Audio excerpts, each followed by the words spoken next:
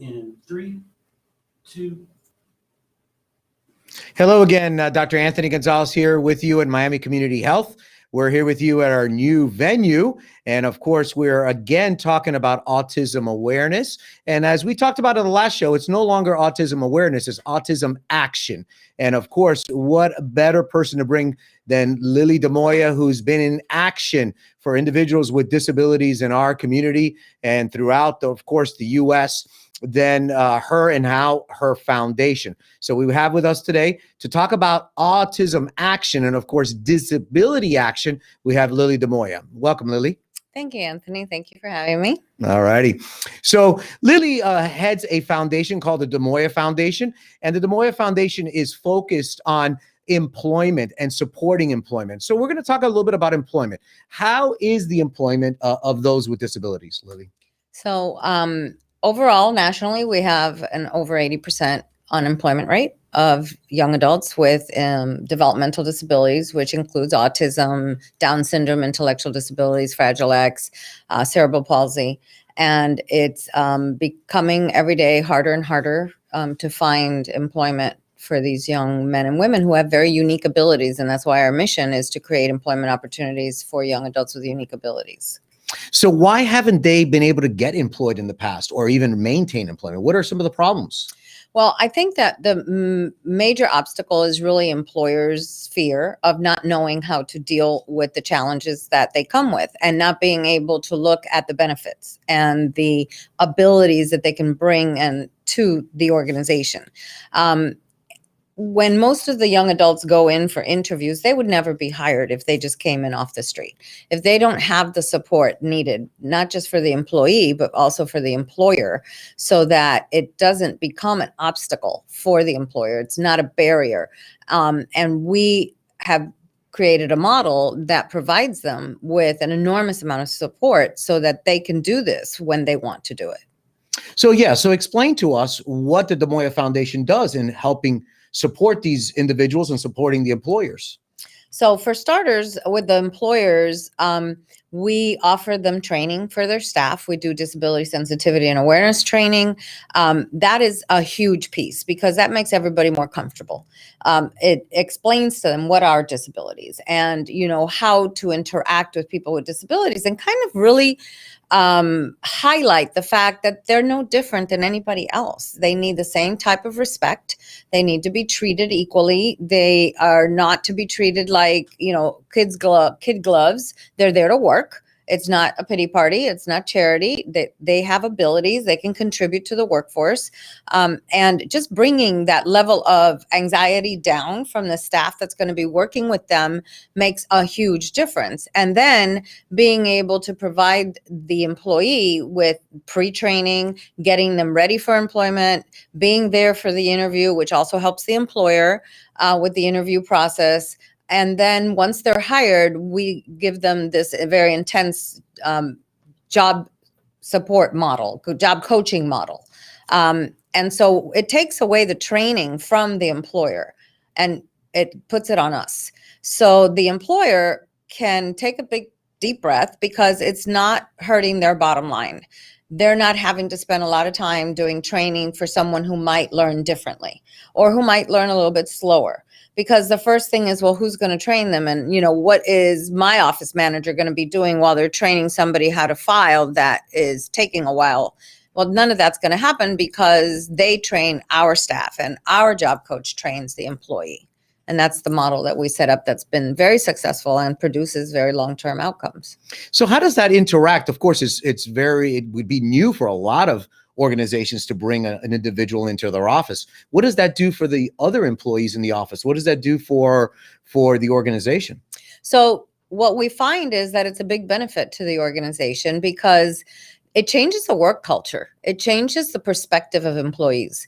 All of a sudden, they're seeing the world from a different lens. They see how these young adults are very punctual. They're there early. They don't want to be late. A lot of them rely on public transportation. And so they make sure that STS or that bus that they're taking, they take it a half an hour before they're supposed to because they don't want to be late to work. They see how structured they are, how routine they are. They're not interested in office drama. They're there to work, and they just want to work. And I think that other employees benefit so much from the perspective that the young adults with disabilities bring to the workplace. It's like I said, it's like living life through a different lens. Yeah, I can tell you that firsthand because my own son is supported by the Demoya Foundation, and you know, he starts at 8 a.m, but he wants to be there at 7:30. He wants to be there early, so you know, it makes everybody else look bad when you're like arriving at 7:55 or at 8 o'clock for an 8 o'clock job. So no doubt about it. So of course, if you're an employer or you have an organization or a company, you can support by maybe employing individuals, right? Can anybody employ somebody with a disability? Absolutely. As long as, you know, we have to be a good match. The employer and our mission has to be a good match. So we're not there for a placement. We're not there for an internship. We're not there for a temporary position. We're there for long-term career opportunity. We look for employer partners that are willing to give us the opportunity to challenge these young adults to bigger and better things, not just one task. You cannot underestimate them. They show us every day that they are capable of so many tasks and so much higher levels tasks that require higher level skills. It's just that if they're never given the chance to try, then you never know what they can really do. Yeah, I remember you've always told me we're not here for charity. You want them to work. That's right. You want them to be treated, you know, equally and fairly. We're not there for just a charity check. They're there to work. Yeah, and we ask employers, we only take employer partners that are willing to start them at 20 hours a week, and that the long-term goal is full-time. Now, does it always happen? No, but we try. That's our goal. Sometimes there's not enough work for 40 hours, maybe 30, maybe 32. Sometimes the employee doesn't have the skill set to do the volume of work for 40 hours, but they get to 30 or 32. They get benefits, they get a 401k, they get healthcare. That is, and long-term, which is the big difference between what we do and what anybody else does. We have we started less than 5 years ago, and we have young adults that have been working in the same place for 2, 3, and 4 years. Wow. That's pretty unusual. So if you're not an employer or you don't have an organization, how can you help in the community? How can somebody in the community help for the awareness of these young adults who need work or want work? Well, first of all, like by sponsoring some of our fundraising, because we are able to offer all these extended services that we do not get funded by the state or the federal government due to federal guidelines. So according to the federal guidelines for what's called vocational rehabilitation services, we only get paid for 90 days of service or 150 days of service. But like I just said, we have employees that have been working for 3 or 4 years. And if there's a problem or if the employer needs us, we go right back out there and help them again, the employee or the employer. So our extended services are not just job related. Our extended services include behavioral, social skills, mental health counseling if needed. We have peer group meetings. We have social events. All of that costs money. And so we have to fundraise to be able to cover that. And we have to write grants. So we have fundraising events. We have a golf tournament coming up on May 20th at Shula's. And this is the first time we do that. And that's because we had to cancel our gala in March of last year due to COVID. And then we were going to have it on May 8th and we had to cancel it again. So we decided, well, we got to do something. We have to make sure that people know that we're still out there and that we need help. So we went ahead and moved forward with our golf tournament on May 20th. And thankfully, we have had an incredible amount of support for it. Yes, of course. And of course, I will be participating there. I know you will. Of course, in my excellent golfing skills. But is there opportunity for people to continue to support the golf tournament in any fashion? You have opportunities there?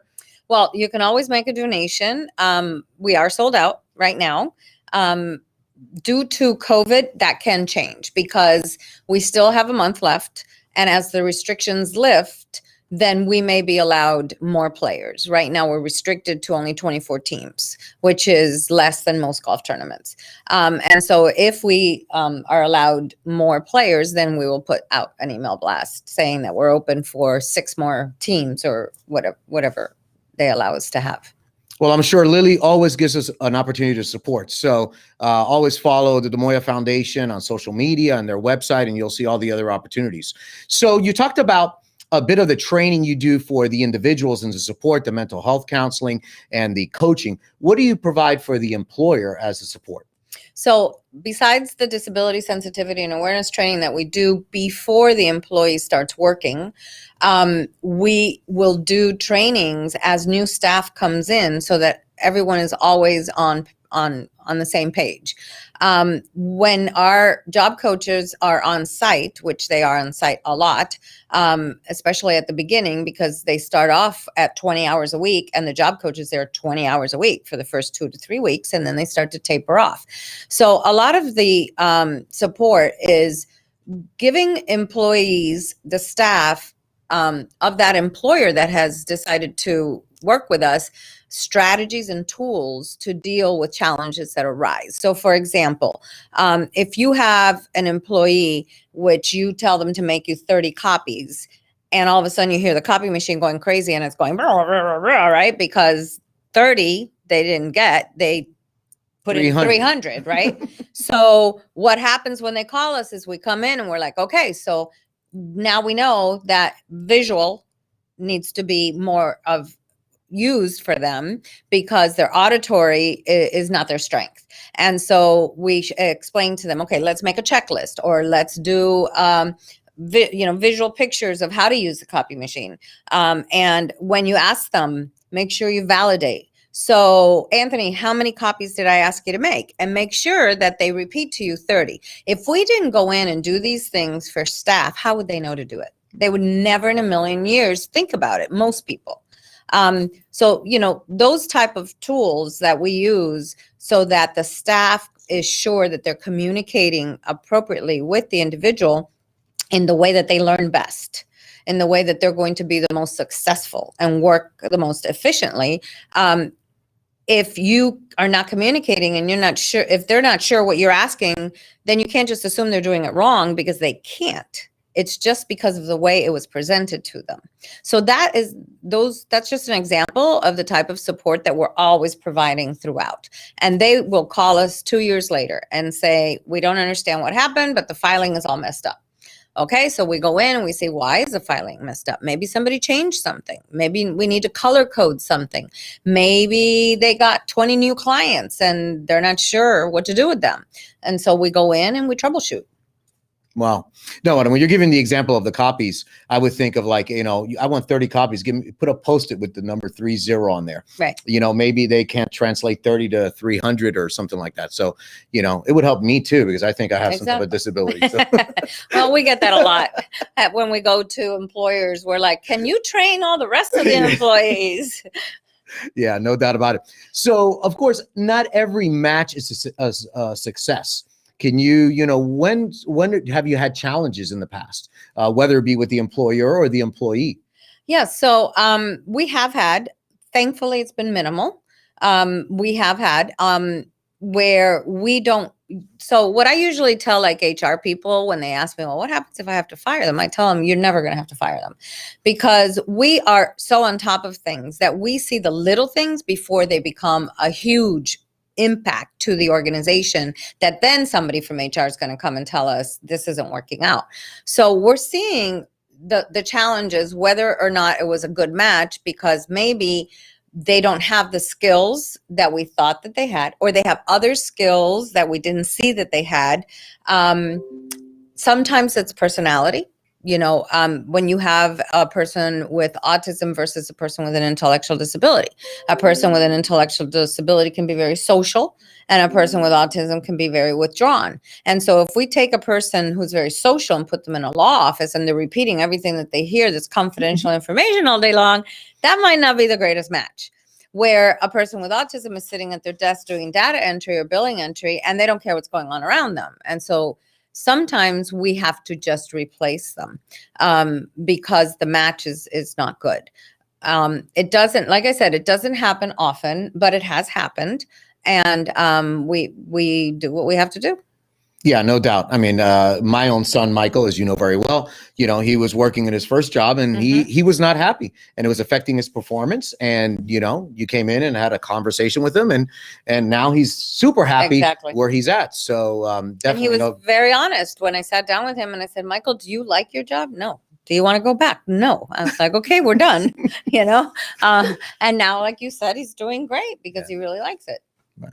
All right. So you've done a lot. We talked off camera, the growth that's happening with the employer partners and the employees and so forth. So what are the goals, in 2021 or even the next few years for the Demoya Foundation? So like a lot of people, the COVID has really affected all of us. And in some ways it has been positive. So when the lockdown first hit, we immediately pivoted to virtual. And so we created a virtual classroom. We've created virtual academy. We created YouTube tutorials. Thankfully, we now have incorporated that into our model.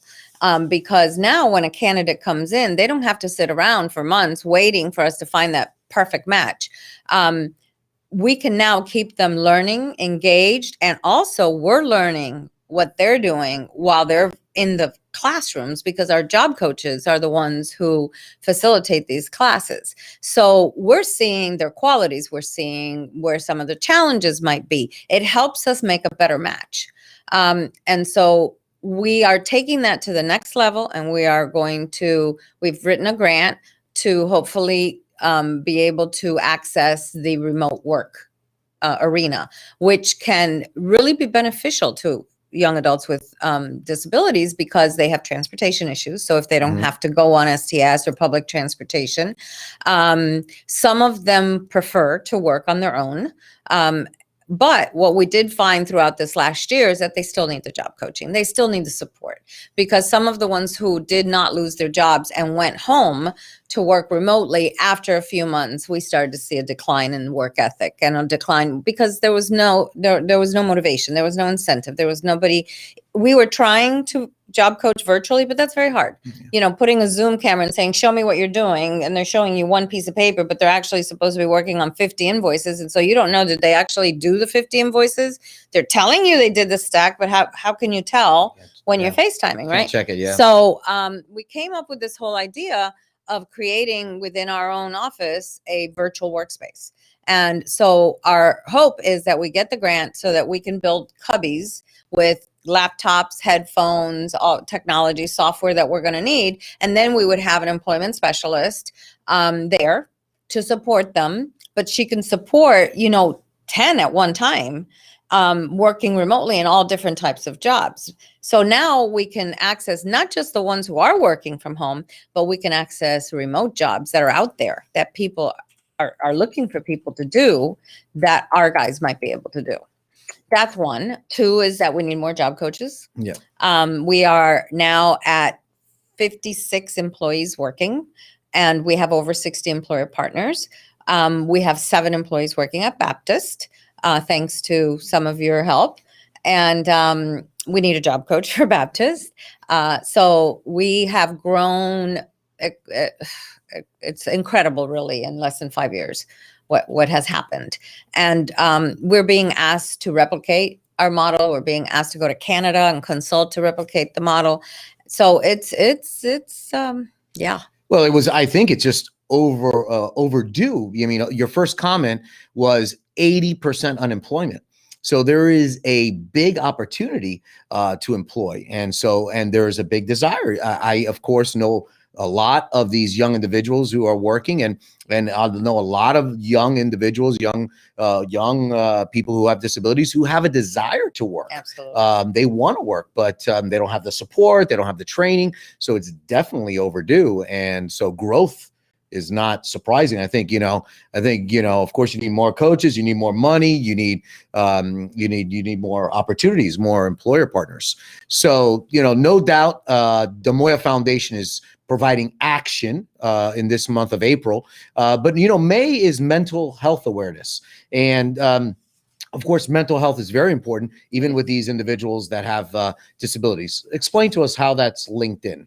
So we brought on a mental health counselor about 2 years ago. She actually was one of our job coaches. She was hired as a job coach, but she was getting her master's in mental health counseling. And we decided that it was a layer that we were missing.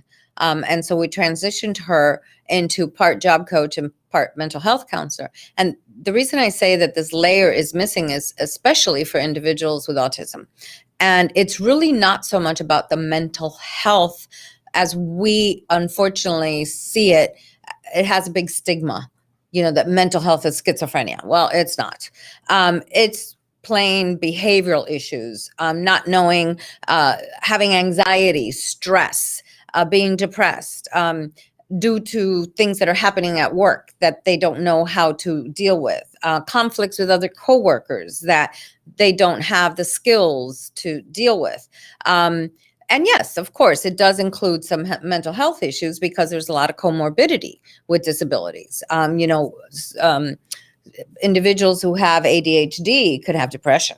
The autism, they could have anxiety. Obsessive compulsive disorder, which is a mental health disorder, is very common in people with autism. And so it definitely relates and it affects their work. And so when it starts to affect their work, if we have nowhere to go, they're not going to be successful because the employer or the staff is going to be noticing things that they do, whether it's repetitive behaviors, whether it's, getting very stressed out by being asked to do something different all of a sudden.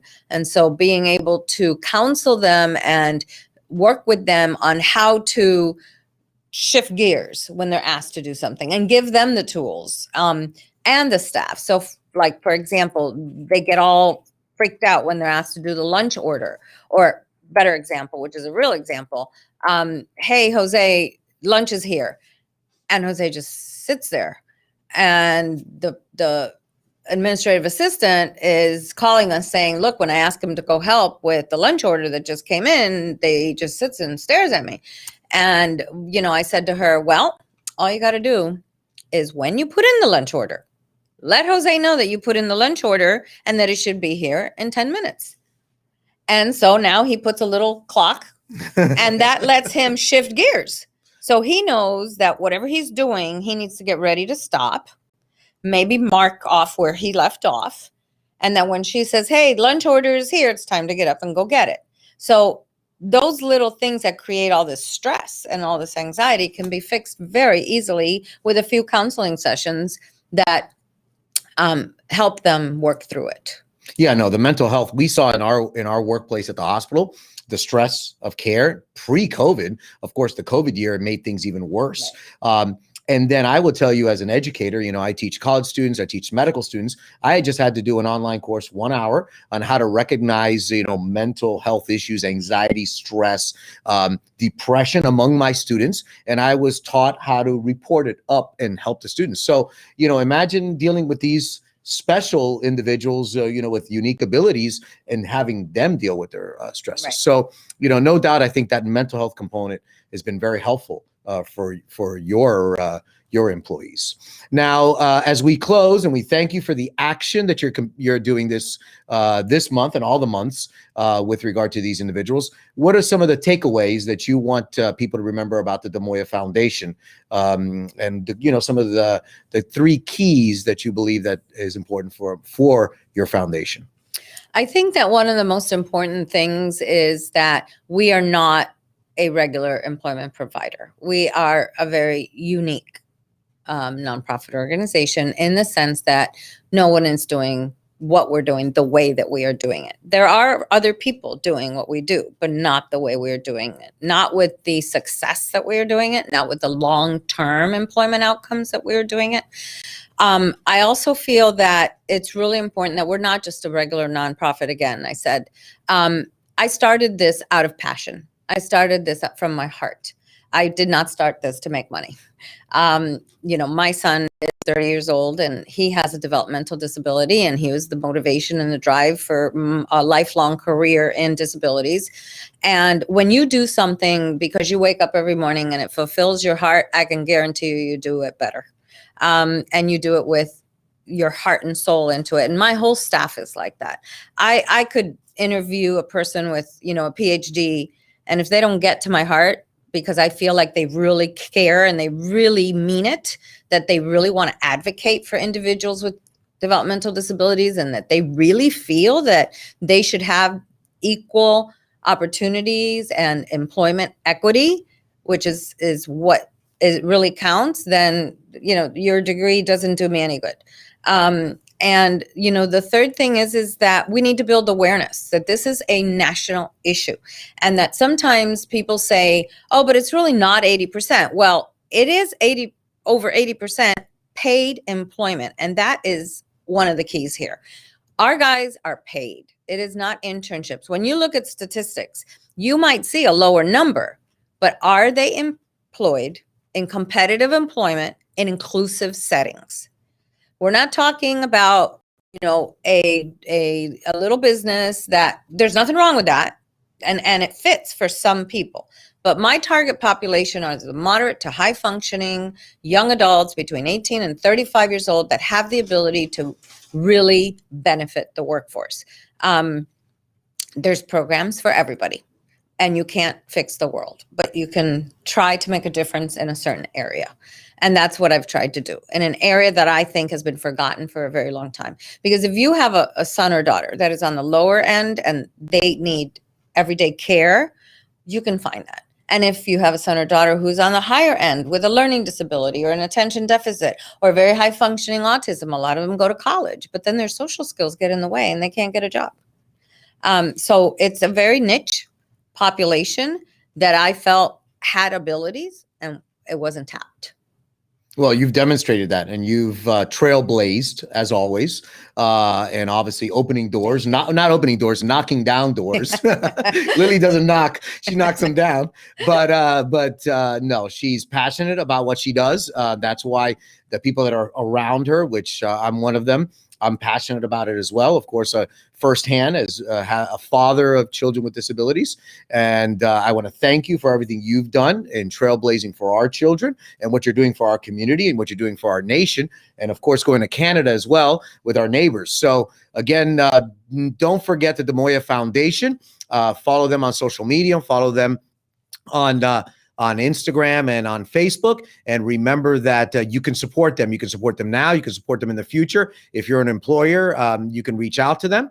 And once again, I want to thank you for listening and watching us at Miami Community Health. And I want to thank Lily for being with us here today. Well, thank you, Tony. And thank you to you and Dorcas, your wife, for all the support that you give the foundation and giving us the opportunity to work with your 3 wonderful kids, especially your youngest, who is like our virtual classroom police.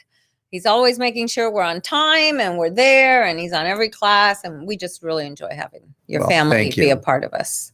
Well, thank you for everything you do, and I want to thank all our viewers. Once again, Dr. Anthony Gonzalez here, signing off from Miami Community Health.